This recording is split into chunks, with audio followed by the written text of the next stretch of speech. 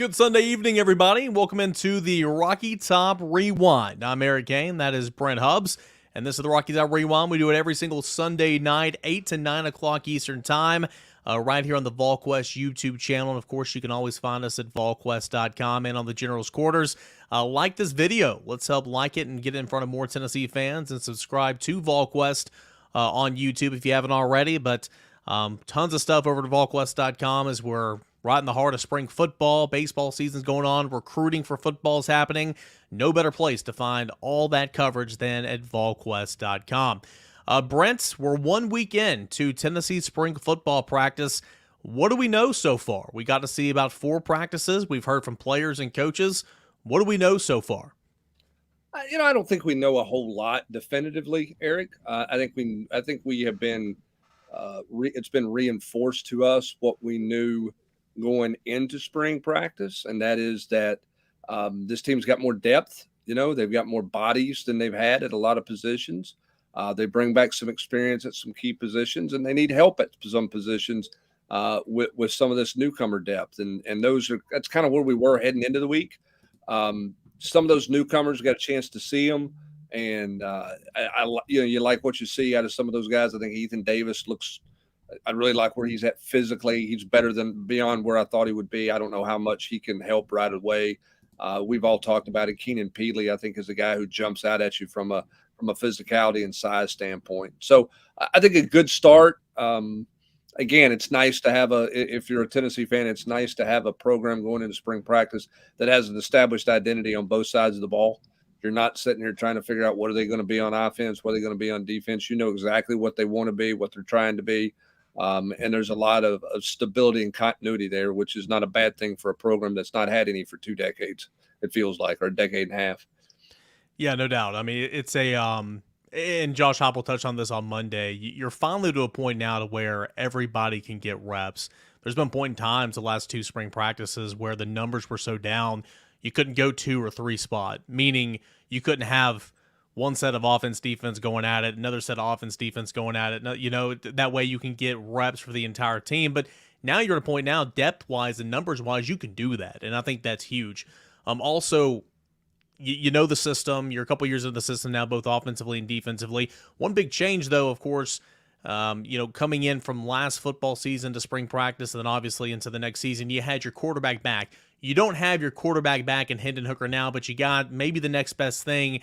And Joe Milton, a guy who's been around the block, 2 blocks for a long time. Now he's 3rd year into the system. He knows what the expectations are for Josh Heupel, what they are for Joey Halzle. He knows this offense, and he's confident in himself. Now he's got to go out and produce, and he'll get that opportunity next fall. But you feel good about having Joe Milton now than maybe trying to break in a true freshman or a transfer. Well, and he's played meaningful snaps. Yeah. Okay. I mean, it's not like he hasn't played in meaningful football games. That Vanderbilt game was an important game when he stepped in for Hendon Hooker. And then obviously he went out and played well in the Orange Bowl. So he is not a guy who's just played mop-up duty. I mean, he was a starter for you to open the season 2 years ago. So, I mean, yeah, there's a lot of teams in the country that would like to have that scenario right now who are trying to break in a new quarterback. I mean, I'm not saying he's more talented or anything like that. He's got more experience than anybody Georgia's going to put on the field to start the season. Mm-hmm. He's got more experience than what they're going to put on the field at Alabama to start the season. Same thing at Florida, same thing at Kentucky, and so I think that's a positive. There's no doubt. Does it mean you win a bunch of games? I don't know about that. He's got to go out and play well, but at least you have an idea of what you have. And a guy who has shown you in the line of fire, so to speak, when it's real and it counts, that he can perform. Was he perfect in the Orange Bowl? No. Will he ever play perfect? No. But guess what? Neither did Hendon Hooker. You just need him to play, well.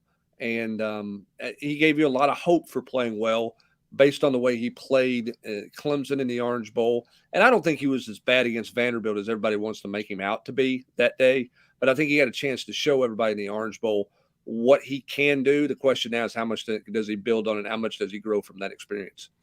Yeah, and the guys in front of him have a crucial position as well to protect him, and that's obviously the offensive line. 2 starters trying to replace Darnell Wright and Jerome Carvin. A lot of cross-training, something that we picked up on so far this week, and that's normal for spring practices and fall camp. guys getting reps on the left side, getting reps on the right side, trying to figure out, where does John Campbell best slide in? How is he adapting to the offense? That being the transfer from Miami. Can Gerald Mincy maybe give you some help on the right side? All that type of stuff. What's Andre Keurig look like at guard? Is he adequate or maybe a step up than maybe an Ollie Lane or a Jackson Lampley?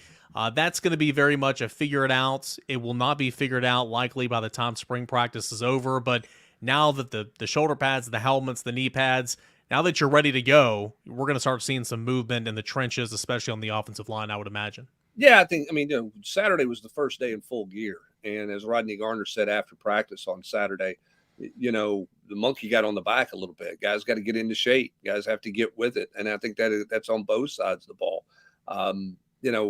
There's two things that I think need to happen this spring. And neither one of them are about winning the job. But you've got to create some really good competition at the offensive tackle spots and at that Leo rush edge spots. Okay. If one side is dominating, Eric, that's not a good thing. If the Leos, if James Pierce and Joshua Josephs are just having field days against tackles, that's a bad sign. If the tackles are manhandling those guys, that's a bad sign because neither one of those have Byron Young or Darnell Wright. Okay, neither one of those have a guy whose name's getting ready to be called in the NFL draft at the tackle spots or at the Leo spot. So how much competition do you create there? How much do those guys make each other better the remainder of the spring, regardless of winning the job, to create some depth, to create some confidence? I thought it was interesting, Rodney Garner saying, Eric, after practice on Saturday, that one of the things he's wanting to see from those edge guys is he wants them to see cut it loose. Believe in your technique, play consistently with your technique to the point you're not thinking about it all the time. Let your hair down and go play. And we'll see if they can do that. I don't think it was where it needed to be in day one. I'm not surprised, but we'll see where it's at come day 15 after the orange and white game when Tennessee has a better identity of where they are with those two positions coming out of spring. Yeah, I mean it's not going to be where it needs to be practice, 5, 6, 7, 8. Again, it's 15 and then right? yeah, exactly. And then once you get into fall camp and you're past practice 15, going on to 16, you're getting closer to the opener. You still always have improvements to be made, but I thought it was really cool. I was over there watching the defense. I guess it was Saturday. I was over there watching the defense, and they were going through their circuits a little bit. Then they broke off, and linebacker split into two. And Brian Jean-Marie has more in his cupboard now than he ever has. You got to be feeling good if you're Brian Jean-Marie, but he was absolutely getting after a guy like Elijah Herring. Came in, played a little bit as a freshman, that's good, but now you stepping up and, will you be a quote-unquote starter? Maybe not, but do they want you to play 30, 40 snaps a game? Maybe, a guy like Elijah Herring. I thought that was interesting, and then, of course, we continue to break down the newcomers of that position, like a Keelan Peely. What can he give this group? He looks the part. And then Arian Carter, which on Tuesday I just watched him for like 10 minutes straight, and he is so fluid. His feet look good. He looks like a former running back. His hips look good. He made a play in the team period picking off Joe Milton. I thought was neat. I like the linebacker group, and I'm excited to see those guys start popping and getting some impact or some talk back from those scrimmages to see how they're doing. Yeah, and then I think the other question too, those guys, what do they do in the scrimmage? I think is important. Who is a guy or two this spring who's a veteran guy? And I'm not saying he makes a Tillman leap or a Jalen Highlight, but who's the one guy that you come out of spring and say, you know what, I'm going to have to play that guy somewhere. He's not been recruited over just yet. Yeah. Where a lot of people thought he was getting recruited over, but maybe he's not just there.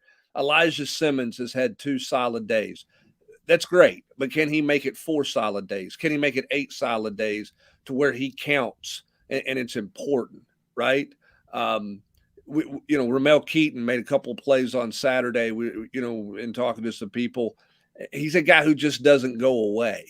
What does he give you? Who are a couple of those guys that emerge that they just don't go? I mean, does Ollie Lane not go away at offensive guard, right? Does he not just say, okay, I'm number 6 or number 7, right? And Andre Keurig takes it. Or do one of those guys, some guys like that, here in the twilights of their career, if you will, Eric, kind of put it all together, right? Like, do they have a guy like Elijah Simmons, who's a guy who just doesn't go away at offensive guard, right? Does he not just say, okay, I'm number 6 or number 7, right? And Andre Keurig takes it? Or do one of those guys, some guys like that, here in the twilights of their career, if you will, Eric, kind of put it all together, right? Like, like Bumpus did a year ago. Bumpus was different because it was injury related for Bumpus, but Bumpus got healthy, stayed healthy, and didn't give his job up.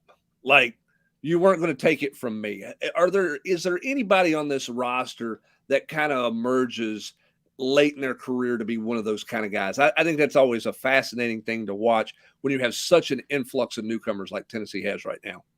Yeah, and then again, you look at the secondary. There's a lot of those veterans, a lot of those guys who have been here a long time. Can someone take that step and maybe not be as good as Theo Jackson 2 years ago, but can you take a step and kind of like Tamari McDonald again? He benefited so much. He had been here a couple of years. He had benefited so much from last spring where there was nobody at his position, and he just got reps on reps on reps. And in fall camp, they brought in a guy to play his spot, and he just wouldn't go away. It ended up playing, right? That's a great example. Yep. But you look at the secondary, and you have some veterans coming back: Wesley Walker, Jalen McCullough at the safety position.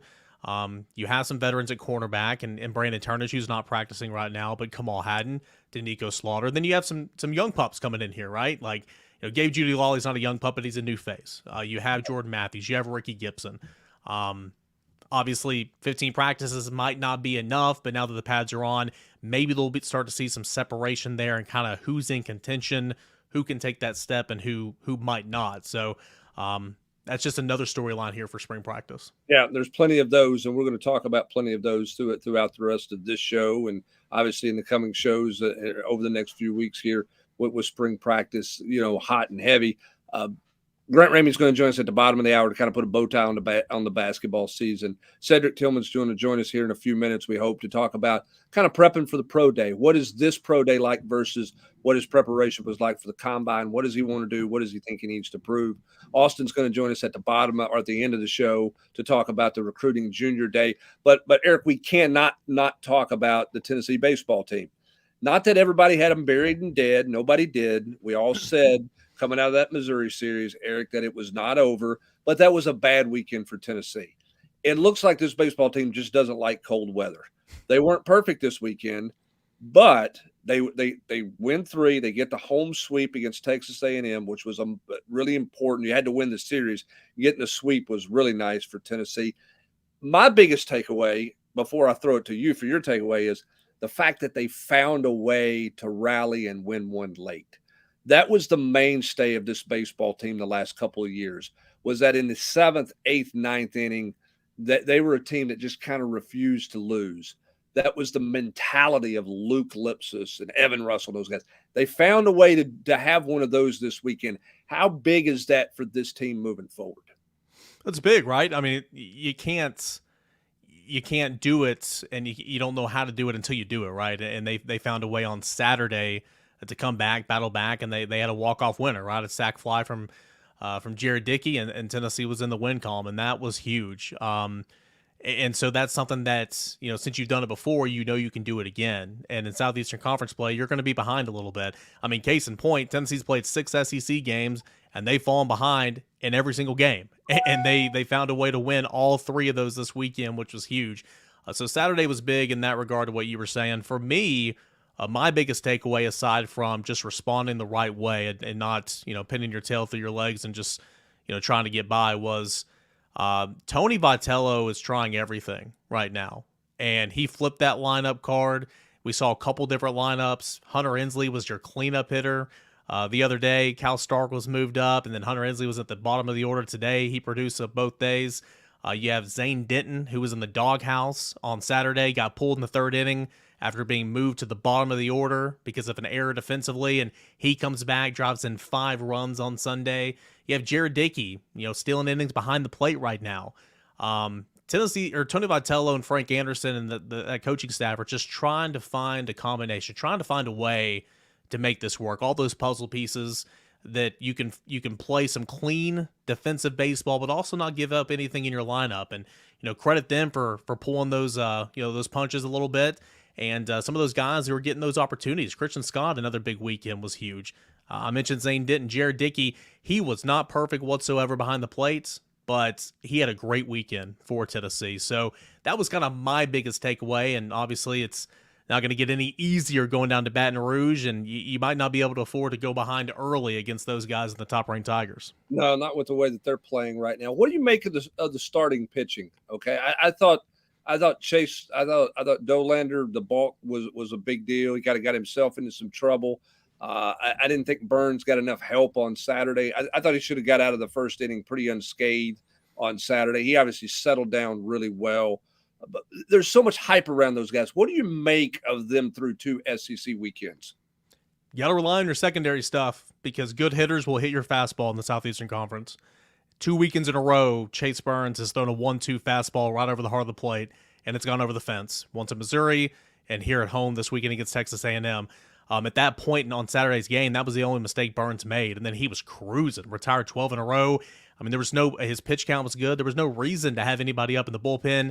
Got 2 quick outs there in that 6th inning, and then the wheels fell off. That was unfortunate. He deserved better, in my opinion. Dolander, was good to see him settle in. There was some miscommunication in that first inning on Friday. Dickey, a new catcher behind the plate, thought they were going with the calm system. Dolander was not wearing it. He was trying to go old school, so they tried to figure that out. I think that led to the balk, the timing issue as well, as you pointed out. I don't think there's anything long-term, but all 3 of those guys, they're getting behind early. They're not getting off to their best starts, and that is kind of alarming for me because it's been like this the last couple of weekends. And again, you're going to play the best team you've seen so far this upcoming weekend in LSU, and those guys will make you pay. Will you have an opportunity to hit the comeback trail like you did this weekend? I don't know. It was good to see Dolander settle in. He needed that confidence-wise so well. Burns didn't finish it the way he wanted to, but boy, he looked elite for 4 of those innings. He really did. And then Beam, he wasn't his worst today, but still, some good things coming from today's start, especially from what Tony Vitello said post-game. So at the end of the day, not horrible, but obviously those guys took a step in the right direction, but you need them to be better moving forward with this schedule. Yeah, I thought that there was maybe it's the 3rd inning, 3rd or 4th inning on Friday night. Dolander gave you more reaction than you would ever see out of him. He had a 3-up, 3-down inning, and you could see almost not a sigh of relief, but just an expression of relief heading to the dugout. Normally he's very stoic, I think, walking to the mound and from the mound back to the dugout. But you could tell that he was like, okay, let's get going. The pitches were going where they were supposed to go. He had the movement on the fastball that he wanted. I think he needed that probably more than anybody did this weekend. He needed to get some things going in the right direction. He's got to fix the first inning issues, as you mentioned, but it was solid for him to get going in the right direction. And I thought their bullpen played well. A&M, I don't know how good. I don't know how good they are. They've played LSU and Tennessee. That's a rough start, right? Yeah. At Tennessee, and you got LSU, who I think is the best team in the country. So we'll see how good Texas A&M is. But Tennessee had to get this thing back to 500, which they obviously did this weekend with the sweep against Texas A&M. Yep, had to, and we're going to be joined by a very special guest here in the matter of moments. Real quick, I'll answer some of these baseball questions. Let's see here. Why can't Stark not lock down the catcher spot? If nothing else, Dickey can DH. Those are options. Stark's going to continue to get some run. Dickey's going to continue to get some innings behind the plate. I think Charlie Taylor, you're going to see him catch a lot of late innings this year. Come in as that defensive replacement in the outfield. Love what he can do with the staff, but again, you can't sacrifice offense at this stage in the game. Let's see. Could this baseball team, this is from Michael, could this baseball team just be a little inconsistent this year since they are so much younger? Absolutely. You replace your entire lineup. There were some guys that played some last year, but your entire lineup, they are everyday players just trying to figure it out. Some of these guys, some of these freshmen, Dylan Dryland, you love for him to be in the lineup every day, but you can't play him in the outfield right now because he hasn't proven that he can be a mainstay out there. So 100% to your question. How about we'll do this? We'll take a quick 60 seconds. When we come back, we'll be joined by a very special guest. We'll continue the conversation on Tennessee football, spring practice, pro day coming up, that and a whole lot more as you listen to the Rocky Top Rewind.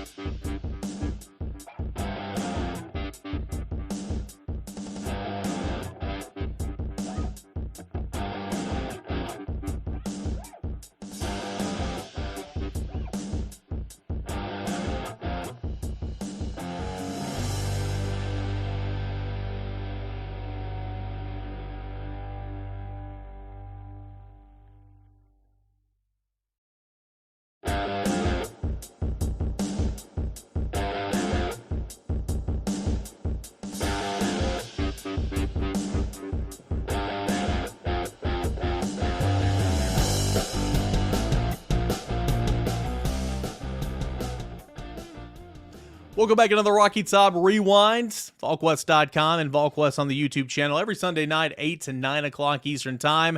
We'll field your questions. We'll take your super chats, and always appreciative of those. Please like this video, and let's get this in front of more Tennessee fans. While we're waiting on Cedric Tillman, hopefully he'll join us here in a couple of minutes. Let's set up some of your questions. Michael wants to know, could Slaughter play star if some good options develop from the young corners? I'd say that's an option. He's played that before. In fact, that's where he made his first collegiate start as a true freshman back in 2020. But he's been playing more safety and obviously now corner here in recent memory. Yeah, I mean, it's about finding your best five. Who are your best five, and where do you find your best five? Do they find two corners better than Danico Slaughter this spring, and in fall camp?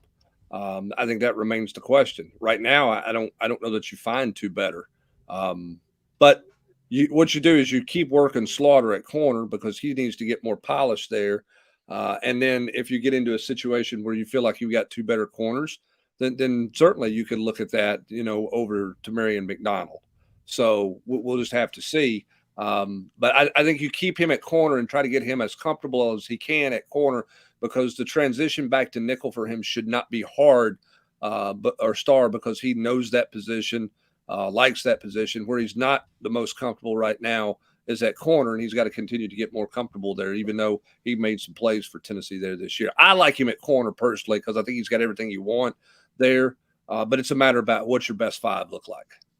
Yeah, I like him at corner as well because, again, I've said this so many times, he showed you something that no other cornerback for Tennessee did last year. That's the ability to go and break on the ball and go seek out some contact and go get the football. And that was fun to see. On that star conversation, don't forget Wesley Walker, who's practicing at safety. He obviously can play star, played it for most of the year last year. Jordan Thomas, who played really good special teams as a true freshman last year, he's been getting some run at star as well. So those are some guys that could be star options. Let's talk a little hoops here from Jackie. Jackie wants to know how many of the basketball seniors can come back with that COVID year. Now, the question is if they would, but those guys that she's referring to would be Santiago Vescovi, Josiah Jordan-James, Olivier Cumwa, and Uros Plavsic. All four of those guys could if they want to, but I wouldn't expect all four of those to come back, right, Brent? No, I don't think so. And we'll ask Grant about that more when he joins us in a minute. But one of the things about those guys is that they're probably going to end up overseas playing. And I mean, Uros is not from the United States. Santi is not from the United States, and neither is Olivier. So, it's probably not out of their comfort zone to go play in Europe, or play over there. So I think because of that, Eric, it's hard to see. But we'll get Grant's thoughts on that. I mean, he would have a better idea. I know those guys were asked right after the game, but you got the answer you would expect you would get there, and that's they just hadn't thought about it. We'll see where they're at here in the next couple of weeks. The other thing, too, that, they can all put their name in the hat and still make a decision to come back. If you're Rick Barnes and you're the coaching staff, you got to have a pretty definitive answer from those guys, because that affects your portal decisions. Mm-hmm. That affects who you can go after in the portal, what your numbers are to look like. So I'm not saying they're not welcomed back, but, boy, it puts you in a bind if those guys go all the way through the draft process and you're waiting to get an answer from them in June, because you're way behind trying to get a portal kid at that point. So I think Rick Barnes and the staff will have meetings with them this week, just kind of exit meetings, see where guys are with everybody on the team individually, and we'll get a better gauge from there, moving forward. Math is hard, but we got one more year of this, right? One more academic year? I don't know. I mean, I'm not sure. I'm not sure.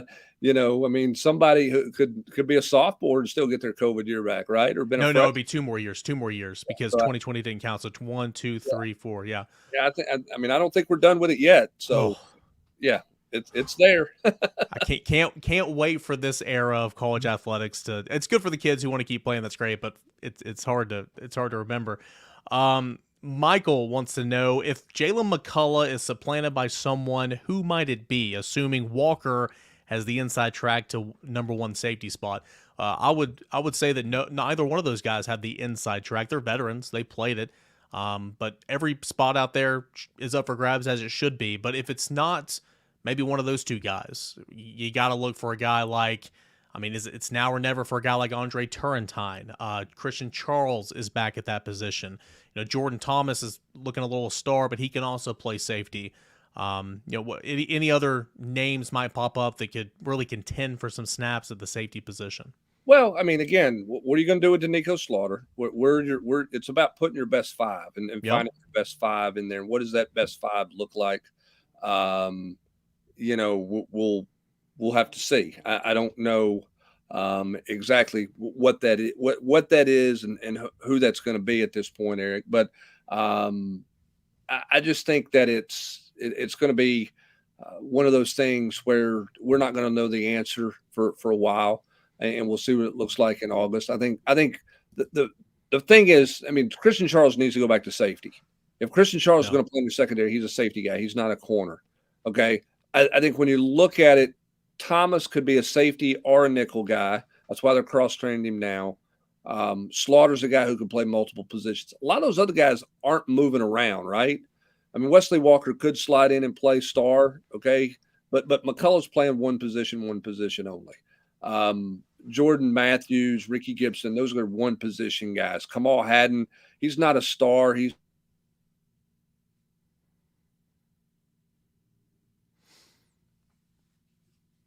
think we got our guy Brent froze up just a little bit on the screen. So they got two or there we go. I'm sorry about that. But, you got a couple guys that you can move around. But some of those guys are kind of locked into spots. And so it's a matter of how do you find out who your best five are, to answer his question in a very long-winded fashion. Hey, we're going to continue to evaluate all that. Got a couple more weeks of spring practice leading into the orange and white game and all the coverage at Volquest.com. We're going to call an audible here on the fly. Cedric Tillman's going to join us at 8:40. Omaha, yeah, 8:40. So right now, let's bring in Grant Ramey, and let's talk a little Tennessee basketball.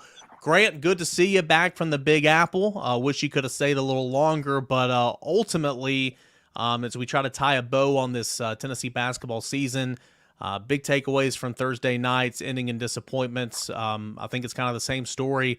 We've seen it a lot of times, kind of the offense just goes absent, but also rebounding. Tennessee got out-rebounded by FAU.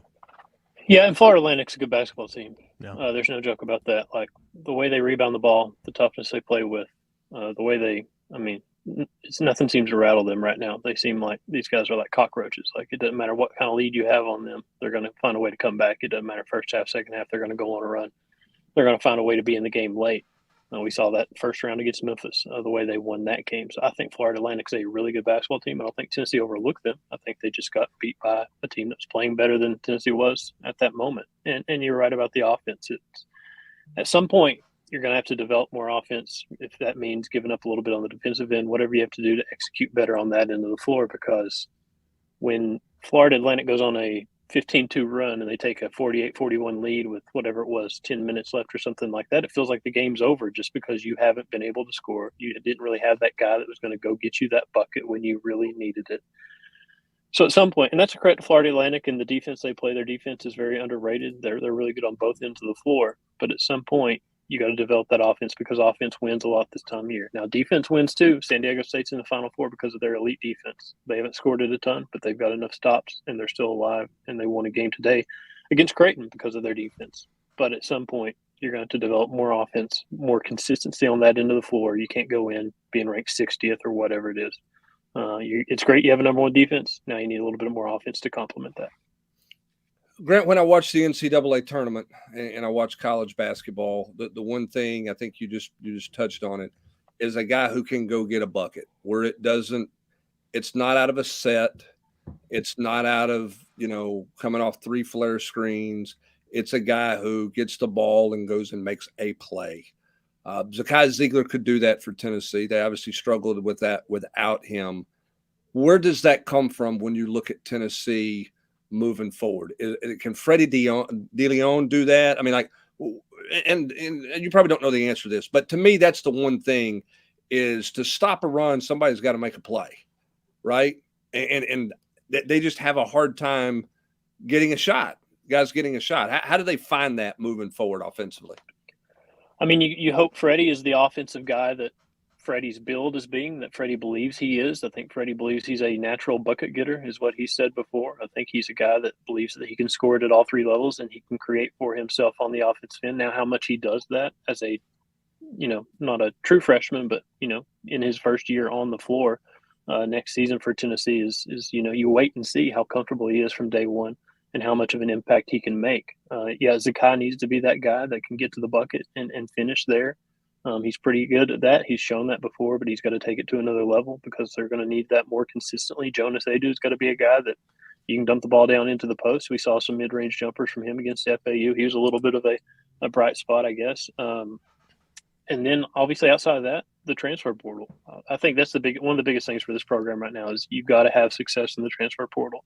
You got to go get a guy that has a proven track record that is going to impact your team in a big way from day one. They're going to look for a couple of guys at least in the portal this cycle. They need another point guard option, somebody that can score it.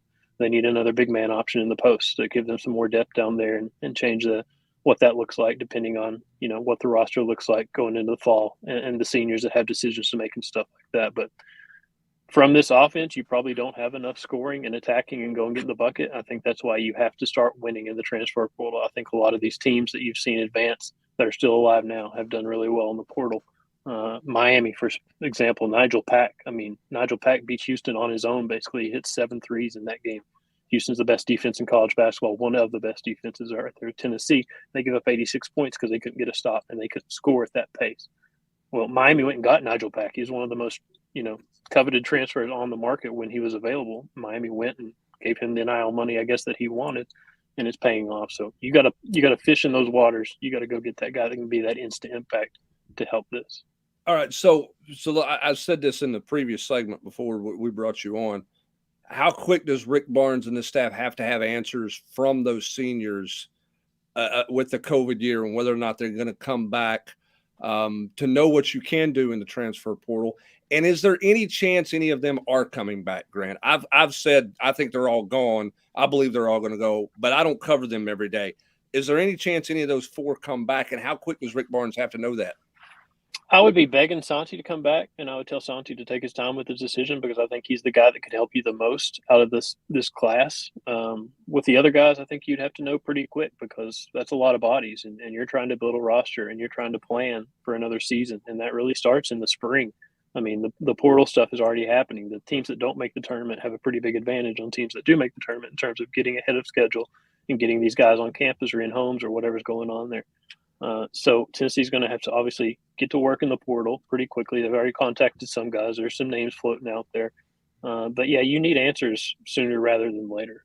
Santi, to me, I don't know if he's someone that legitimately will consider it, but in the locker room at Madison Square Garden Thursday night, he was a guy that kind of sounded like he would. I thought more so than Olivier Josiah and George James or Russ Plavsic. So I think you need answers from those guys pretty quick. But at the same time, if Santi wanted to take his time with the decision, I'd let him take all the time in the world because I think he would be the guy that could help you the most.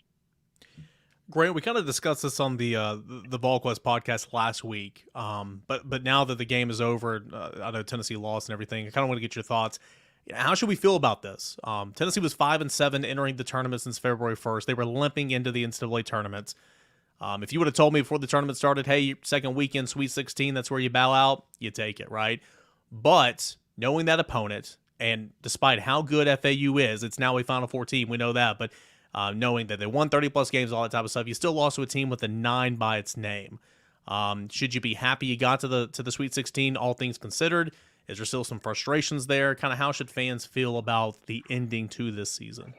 I don't think it can be one or the other. I think there's got to be a little bit of nuance. There's definitely frustration because it's a team that you led by 9 points. You had the size advantage. We just saw what you looked like a week earlier against Duke, a really good basketball team, and the way they handled that team for 40 minutes. Yes, Florida Atlantic's a good basketball team, but Tennessee controlled a lot of that game early on and probably should have done more to build their lead in the first half when Florida Atlantic was not making those shots. To get there is a pretty good progress for this team based on what it looked like in February, based on what injuries did to this team throughout the entire season. I think they feasted on probably a pretty weak SEC schedule early on, and they beat Texas in January to get up to number 2 in the rankings, and they were 18-3, and it looked like it was going to be a really elite basketball team. And then February starts and injuries pile up and losses pile up. And for them to survive Louisiana the way they did and then handle Duke the way they did and then kind of get frustrated and have a bad night against Florida Atlantic like they did, it kind of encapsulates this entire season of you didn't know what you were going to get night in to night out. They hadn't won 3 games in a row since that Texas game on January 28th. So I think it's fair to say this team, given February and the injuries, probably went a little bit further than a lot of people thought, myself included, in the NCAA tournament. But at the same time, when you get there, like you said, it is a 9 seed. Florida Atlantic probably deserved something better than that based on what they did, but they're not a brand name, so that's where you get stuck. But the way Tennessee controlled that game early on, building a 9-point lead, it's fair to feel frustrated that the Elite Eight was that close, and at the same time, it felt that far away. We got Cedric Tillman joining us in a little less than 5 minutes. Grant, a couple of questions I want to ask. This first one from Captain Andrew Crabtree is a good one. With all the talk about getting out rebound against FAU, was there a reason Toby Awaka, generally our best rebounder, only played 1 minute? I would say matchups. I wasn't at Rick's press conference after the game. We were in the locker room. The Tennessee locker room is open at the same time as Barnes talk, so you're kind of split up a little bit there. I would say against matchups because Florida Atlantic plays 4 guards and they play, a 7-footer in Vlad Golden, the Russian 7-footer that they've got. So, I remember Awaka checking in for a moment and then he was out as quickly as he was. And yes, he is your best rebounder in terms of just general tenacity and aggression going after the basketball. But at the same time, Florida Atlantic puts 4 guards on the perimeter and they put a shot up, and those 4 guards run downhill at the rim. And that's where, Nick Boyd was the leading rebounder. He had 8 of them. He's 6'3" guard. So I think it's hard to box those guys out if you're a guard. I think it's hard to box those guys out if you're Tobe Awaka. I think it was more so, Jonas Adu was giving them good stuff. I mean, he was a little bit productive there on a frustrating night for Tennessee offensively as a whole. So I think it was more about, you like the Adu matchup better than putting Tobe out there or trying to play 2 bigs. Let's go to Michael here. Said Rick Barnes' Texas teams were more balanced between offense and defense, while the huge slant towards defense at Tennessee is a perception of SEC versus Big 12.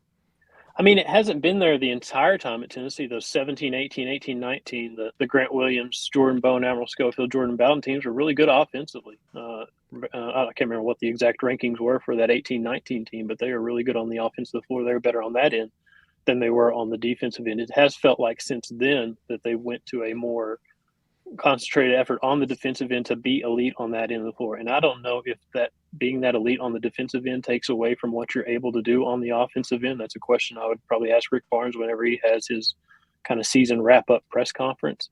But it does have to get more balanced. I mean, look at Florida Atlantic. The metrics love this team because they're pretty good on both ends of the floor. They're, right in that top 30 range on both ends of the floor. So you have to have more balance, especially this time of year, because you have to be able to match whatever you're able to do defensively. If you can't go get a bucket, it's going to be hard to get enough stops in this tournament to keep going. So whatever has to happen, they're going to have to find a way to find more balance and get those offensive numbers to meet something closer to what they do on the defensive end. We're talking about roster management too, and we've asked about those seniors having a decision to make with COVID and all that. But tell us a little bit. You don't have to spend an awful lot of time on each one, but Tennessee's going to get some talented guys coming in, right? I mean, you got one, we've already mentioned him, DeLoyne, who's been there practicing, should be an instant impact guy. But you've got some other guys coming in: Cade Phillips, Cameron Carr, JP Australia, DJ Jefferson, who redshirted this past season. What can those type of guys bring to Tennessee in 2024? I mean, Freddie's a pretty pure shooting guard. He's started playing point guard a little bit more in the 10th grade, and so he's played it the last couple of years a little bit more. I think he'll be a better option at the 2 guard beside Zakai Ziegler next year. I think he can give you point guard depth, but I don't think I would put him there primarily because I think he's going to be – at some point you're going to have to replace Santi. If that's now, I think he's going to have to be a guy that steps in and does it. He's a guy that considers himself a scorer, somebody who can do it all 3 levels, and if that happens, that remains to be seen just because we haven't seen him do it at this level. DJ Jefferson, super athletic. He's going to have to be a guy that slashes, that drives, that can get to the rim. Spent a lot of time in the redshirt season working on his defense, working on his jump shot. His jump shot does look a lot better right now than it has, when he first got here. JP's a guy, 6'11", I think, 215, something like that listed. He's a guy that was probably a foot shorter 2 years ago. He's a guy that had guard skills that grew into a forward's body. He had like a 7-foot grandfather or something, so it was in his genes. It was going to happen at some point. They think they can get him up to 240, north of 240, so he could grow into that 5. Who's the other ones? You have to remind me off the top of my head. The power forward, Cade Phillips. He's a guy that I think they'll slow play him a little bit more. I think they like what they have there, but I think he could be a redshirt candidate. And then you're going to have to go to the portal. You're going to have to find more point guard depth. You're going to have to find another big dad down there. Grant, awesome stuff, man. Really appreciate it, and look forward to reading all the rest of your wrap-up coverage of Tennessee basketball over at Volquest.com. Thanks, boys. See y'all. Thanks, man. We say goodbye to Grant Ramey, and we say hello to our special guest, former Tennessee wide receiver Cedric Tillman. Cedric, you're a friend of the program. A couple of weeks ago, you were here. Now you're back. Appreciate the time. How you doing here on a Sunday night? I'm doing good. Thanks for having me. Of course. Tell us a little bit about your mindset. Now, you got a big week coming up, got your pro day. How does that mindset maybe differ from that of the combine, and kind of what are you looking forward to maybe improving in terms of your times and stuff? I'm looking forward to it. Thursday's a big opportunity for me and my other teammates to kind of maybe touch on some things we necessarily didn't do the best at the combine, but also give guys that didn't have necessarily an invite the chance to show what they can do. So we're all excited for it. Said, when you think about yourself, I mean, you've got a 40-time log at the combine. You've visited with a bunch of NFL teams already. What do you think you need to prove? What goes through the decision? Like, do I run again? Do I not run again in terms of those times? Do I just work out running routes? How do you go about that process? What do you think you need to show? Yeah, I mean, just me training for the last 3 months, kind of getting ready for the combine. Maybe there's some things I feel like I could have done better. So, I hear what the coaches are saying and stuff like that. But just me personally, there was just some stuff that I want to touch up on. So I'm looking forward to Thursday. So will you run the 40 again? We'll see. Like I said, everything, we'll see how Thursday goes. I got you.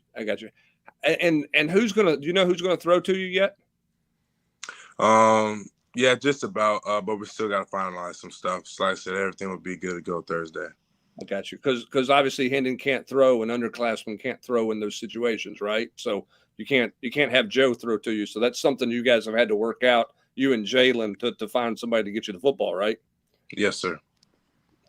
It's always interesting. Cedric, when you think back, and I know we're talking pro day's coming up this week, and we had a chance to meet with you after the combine, but now that you're a couple of weeks removed, when you think back, it's what you did at the NFL Combine.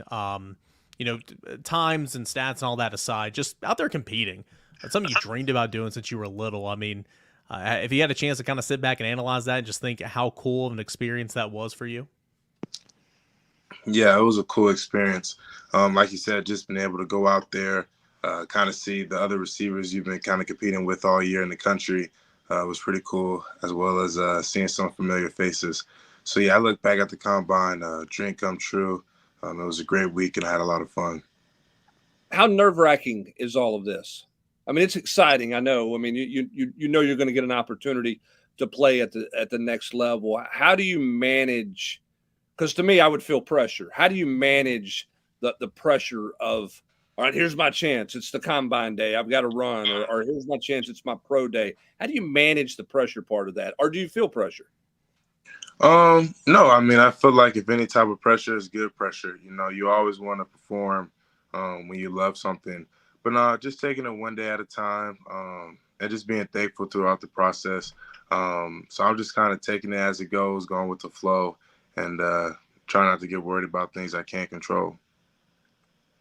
So what are some of the positive things you've heard back from coaches and scouts that you've met with during this process? Kind of what do they like about you as the player that could exceed and do some great things at the next level?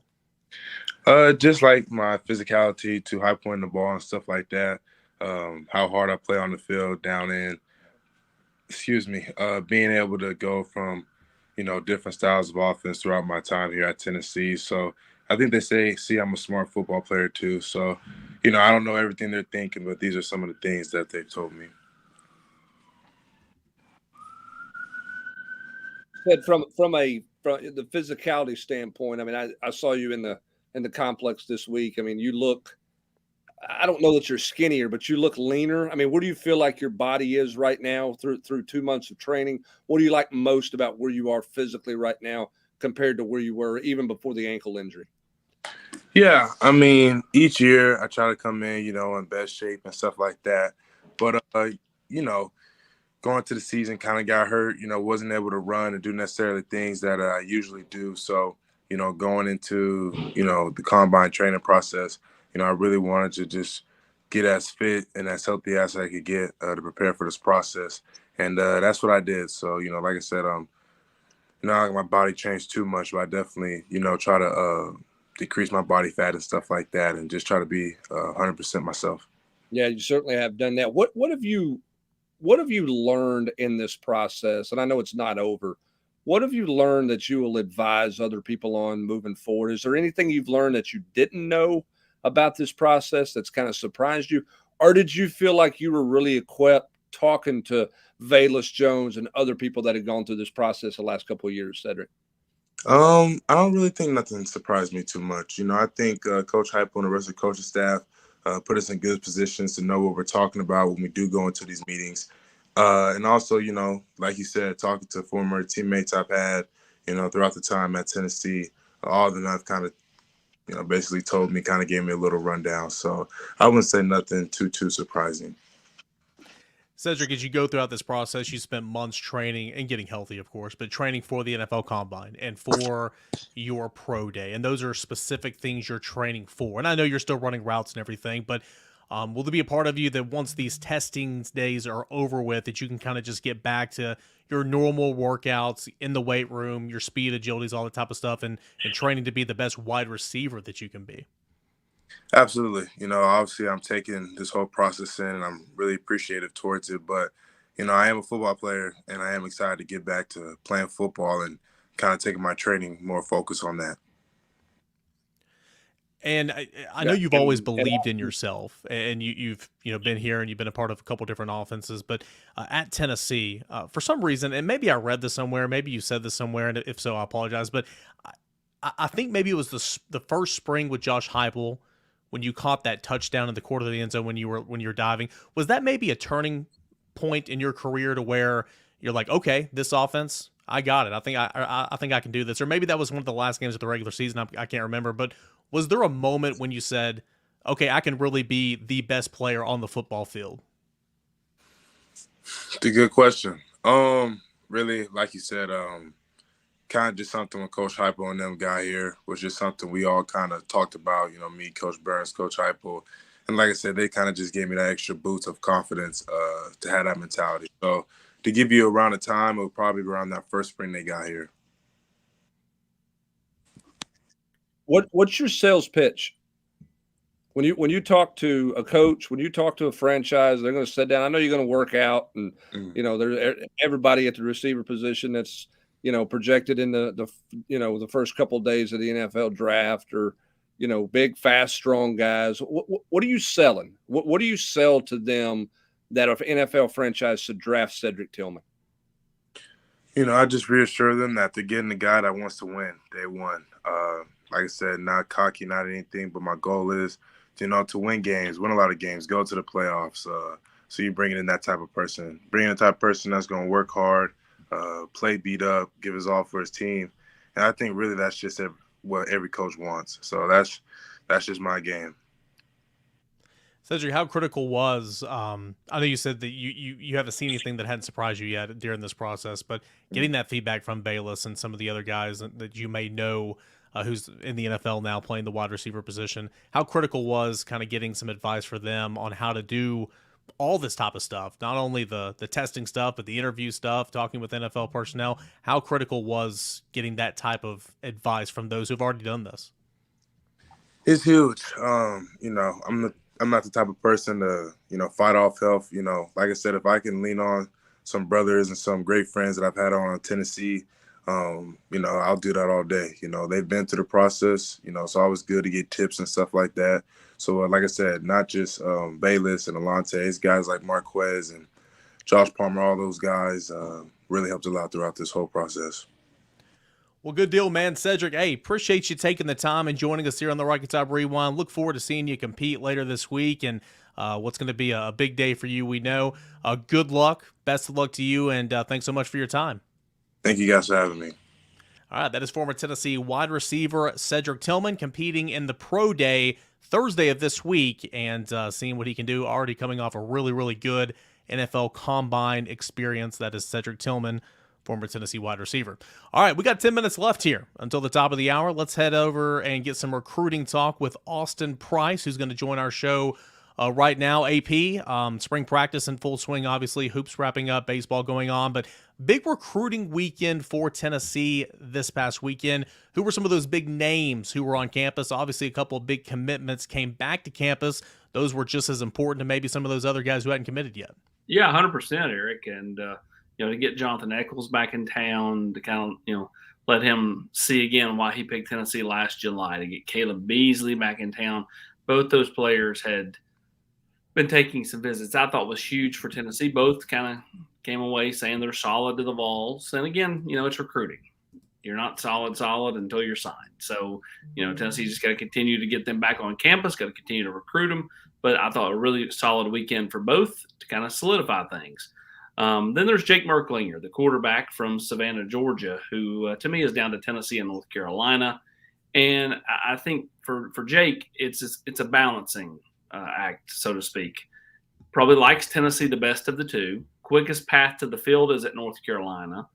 But the uncertainty of if Mac Brown will be there long term is a hindrance to the Tar Heels. So does he take another visit? If he takes another visit, it would probably be back to North Carolina. If not, then I think Tennessee is in excellent shape here exiting the weekend. Okay, so you brought up a couple of those commits, Caleb Beasley, Jonathan Eccles. Let's go Eccles first. Who are the other teams in contention? I watched the video. I know he didn't really say that he has anything ironed out in terms of future visits. Who are the other teams got to watch out for Eccles? Well, you got Miami, you got Florida, Auburn, Alabama. Those are kind of the teams that are right up there. I mean, Georgia a little bit, but to me, not as much. I think Alabama's probably the biggest one. But, how many of those teams that are recruiting him want Eccles to play tight end? He wants to play tight end. A lot of schools like him at defensive end. And so, again, I think Tennessee's in a solid spot leaving the weekend. But again, it's recruiting. Tennessee's also in a good spot with a guy like Max LeBlanc, tight end out of Chattanooga Baylor.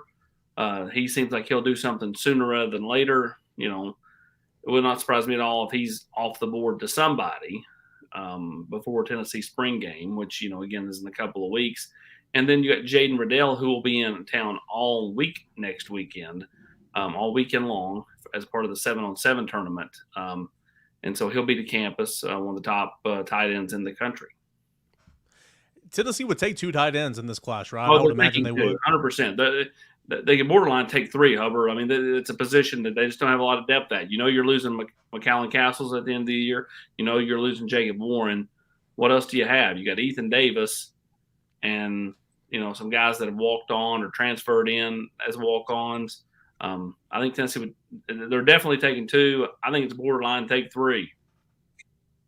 Yeah, I mean, I'll be honest with you. I think if there's a guy who had multiple years of eligibility that went in the portal at the end of spring here that you liked, I think you'd contemplate looking at a guy there. I don't think you take a 1-year guy this late in the portal, but if there's a multi-year guy out there, I'm not even sure you wouldn't not entertain that notion just to help you moving forward, because you're just not going to have – I mean, your most veteran guy right now for next year is Ethan Davis, who's in a red jersey went through 3 practices or 4 practices at Tennessee. It's not a great position to be in. So, yeah, I mean, I think you've got to be transfer portal. I think you've got to be high school guy.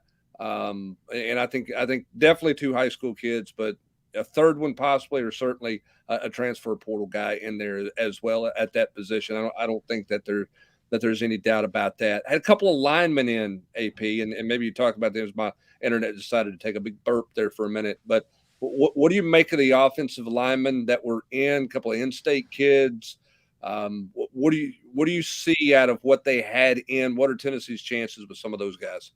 Tell the internet not to drink the beer so fast next time, Hubs. It avoids the burp. Yeah, if you've already answered that question, we'll move on, okay? No. I have not talked about Jesse Perry or Ronan. I got the circle of death on the screen. If you're like half the people I know, they're still pushing the button, and I'm like, no, that's not going to help things. It's slowing it down. Jesse Perry, Ronan O'Connell. Jesse Perry, I don't think is super close. Like, going to take his spring visits, summertime officials, and we'll go from there. I'd say sometime before August 1. to decide something for him. Ronan O'Connell could be this summer. It could also be 3 weeks from now, and it wouldn't surprise me. Like, he's one that I think's getting closer by the day. And so, I think Tennessee's in the best spot for him. Notre Dame is an interesting team just because I think there's, somebody he pays attention to, grew up paying attention to. They've not offered. If they did offer, might change some things. If not, then I think Tennessee's in an excellent spot for Ronan O'Connell, the big lineman out of Page High School in Williamson County. AP, I don't think we brought him up yet, but we got to in-state wide receiver from Baylor, Amari Jefferson. Yeah, I thought Tennessee did a great job this weekend with him. I thought Kelsey Pope knocked it out of the park. George is deep in that one, and again, you look at Will Muschamp, his kid's the quarterback there. He's going to be able to go to a lot of practices and games. He's got his foot in the door. He can get in there about any time he wants because his kid's on the team, totally legal. And so Georgia's in play there heavily. Alabama, someone who's in play there. But, I think the combination, and I don't know how much that combination really matters. I know he took the picture anymore, but he clearly is making the move to be a football guy. And you just don't see it a whole lot playing two sports. Everybody says they're going to do it, and then time consumption just hits home, and they don't end up doing it. It's hard. And so I still think Tennessee's I think Tennessee exits the weekend in a much better spot than they were going in. I thought they did a lot of good this weekend, and again, getting him back up here sooner rather than later. His teammate Max LeBlanc, if they were to land him, I think all that stuff plays. And then obviously Tennessee's even recruiting a guy like Cam Sparks, who's a 2025, that's a teammate of his. AP, the name is escaping me, but the running back commit for Florida that was here this weekend, Chauncey Bowens. It's hard to see him leaving the state of Florida. I mean, he took the visit. He's going to take some more visits, but that one just, based on my talks with him, it just doesn't seem super realistic. But again, I mean, it's recruiting. It's why you just continue to swing, continue to chop wood. Tennessee's going to continue to chop wood at Bowens, Peyton Lewis, Braylon Russell. I mean, it's, Daniel Hill, they'd love to get him to campus. That running back position's, to me, an enigma position because, Tennessee's trying to find kind of the path they want to go, and there's 3 or 4 different options. But ultimately, like Braylon Russell, Daniel Hill, they've got to get to campus for me to see them as a realistic possibility. And I do think Russell will be here sometime in the next few weeks. All right, let's end on this one. We'll go to Tony. This is away from recruiting, but back to spring practice. Tony says, Cam Seldon seems to be all business. Is this accurate? Not much talk, more action. He looks big. Looks like a big running back.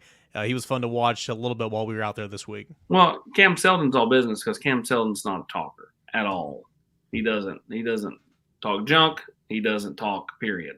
I wouldn't call him a mute, but he's not one that's going to dive into a bunch of conversation with anybody. That's just kind of who he is. He's a very nice young man, but it's just kind of his demeanor and personality. And so he is very much all about, learning, very much business-like, and he is very, very large, and especially compared to the other Tennessee backs. To me, it all boils down to how does he pick it up mentally, physically. He looks like a guy that's been in the program 3 years already. Out the door, overall thoughts on Tennessee spring practice one weekend? Much deeper team. It reflects it. Still think the biggest question mark is the offensive line position. I don't think it's close. I don't worry about any other position like I do that one for Tennessee. Everything else seems like it's trending in the right direction. The offensive line spot is a total mystery to me. Yep, I will second that as well. And that's something, as Brent and I alluded to earlier in the show, probably not going to be finished after 15 practices in spring. That's going to go on into fall camp.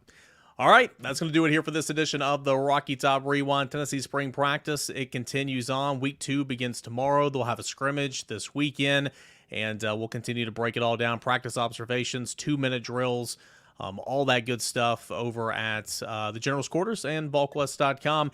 Go ahead and subscribe and sign up to be a part of our family if you haven't already. No better time to do it right now for Tennessee football spring practice over at Volquest.com.